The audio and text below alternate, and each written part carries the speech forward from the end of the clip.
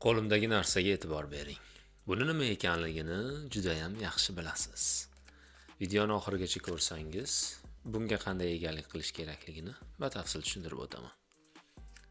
Pul insoniyat o'zi o'ylab topgan, unga mazmun bag'ishlagan va oxir oqibatda tobega aylangan eng ulkan yolg'onlardan bittasi.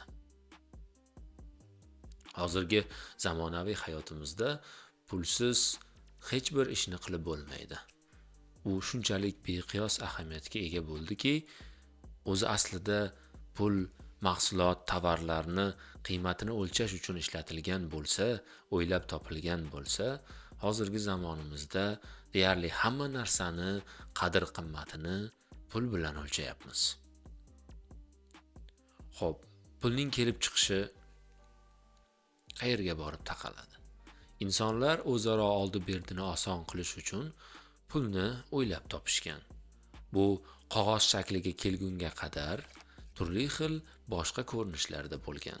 Xususan tarixdagi ma'lumotlarga asoslanadigan bo'lsak, u avval arpa, chig'anoq, tuz, metall bo'laklari va shu kabi narsalar ko'rinishida bo'lgan. Va oxir oqibatda insoniyat qog'oz pul ularning ichida eng qulay ekanligini tan oldi. Sababi uni saqlash birmuncha xavfsiz va uni boshqa bir joyga toshib o'tkazish kerak bo'lib qolsa, anchagina yengil va qulaylik tug'dirgani uchun. Mana shu bir parcha qog'oz bo'lagi qiymatga ega ekanligini qanday aniqlaymiz? Nega boshqa bir oddiy qog'oz bo'lagi qiymatga ega emas, u bilan hech narsa sotib olib bo'lmaydi, lekin mana bu qog'oz bo'lagi bilan ko'p narsalarga erishish mumkin. Kimnidir mehnatini, kimnidir sha'nini, yana ba'zi bir turdagi kimsalarni iffatini sotib olish mumkin, hattoki bu bir parcha qog'oz bilan.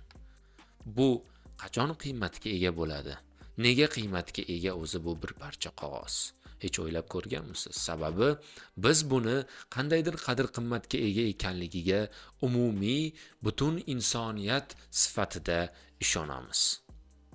Agar bordi-yu, misol uchun men bu hech qanday qadrga ega emas deb aytsam, bunga ishonuvchi, buning qadr-qimmatidan foydalangan insonlar tabiiyki meni ahmoqqa chiqarib qo'yishadi.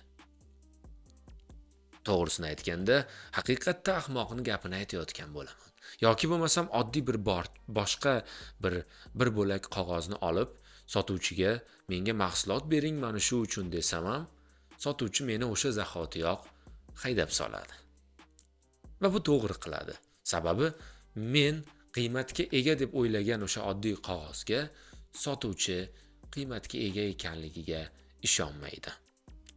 Biz qachonki bir parcha qog'oz umumiy ravishda pul qadr-qimmatiga ega deya ishonsak, ana o'shanda bu tizim ishlay boshlaydi.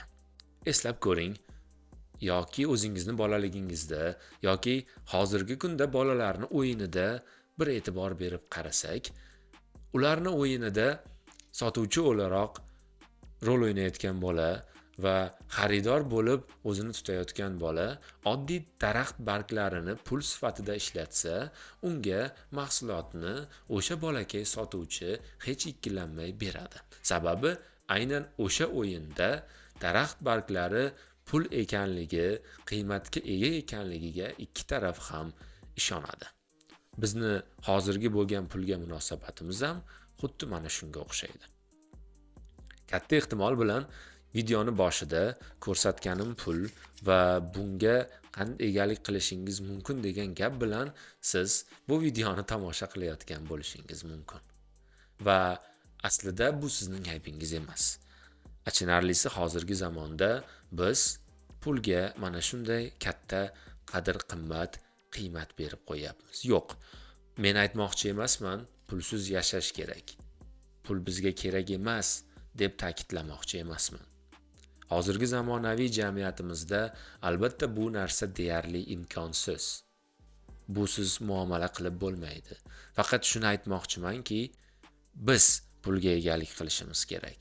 u bizga emas. U bizni hayotimizga, bizni qarashlarimizga, bizni munosabatlarimizga hukmronlik qilishi kerak emas.